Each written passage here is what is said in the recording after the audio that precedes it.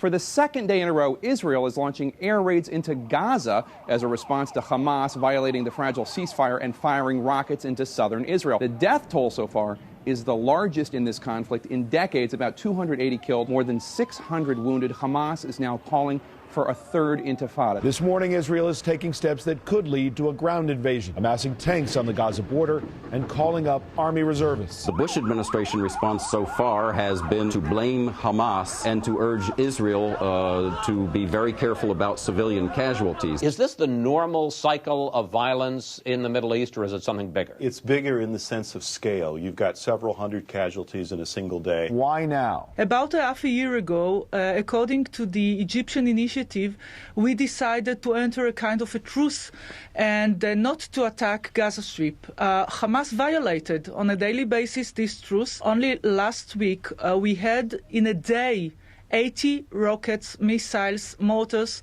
on Israeli civilians. The situation was unbearable. What do you need to achieve before you can end this operation? It will take the time which is needed is in order to change realities, and up to the point in which Hamas understand that we cannot accept no longer the equation in which they target Israel. Israel is a state that implements its right to defend itself and its citizens. Israeli citizens are targeted from Gaza Strip, a place that we left a few years ago in order to create a new horizon for peace, but we got Hamas in return. For the long run, Hamas is not legitimate and cannot be legitimate until he accepts the requirements of the international community. But now this is not the goal of this military operation. Right now we need to change realities in order to give the Israeli citizens the possibility to live in peace and quiet in the region. The problem is this may have the opposite effect of shoring up their will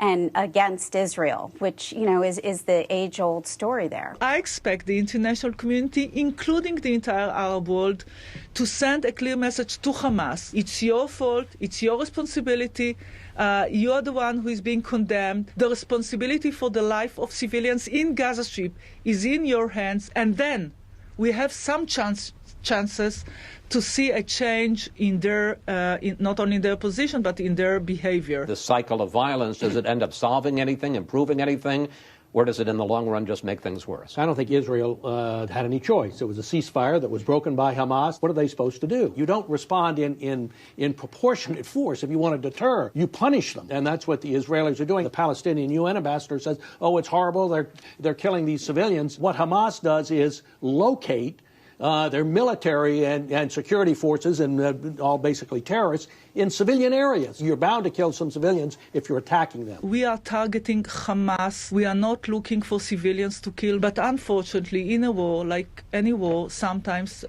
also a civilian pays the price. Are you launching a ground assault into Gaza? We'll make these decisions according to the situation on the ground. All the options are open. What does President-elect Obama think of the situation in Gaza? The fact is that there is only one president at the time. The Bush administration has to speak for America now, and it wouldn't be appropriate for me to opine. The president-elect was on the phone with Secretary Rice yesterday. He's monitoring the situation closely. He's been meeting with his national security team and consulting with them. He'll be prepared to take over on the 20th and discharge his responsibilities then.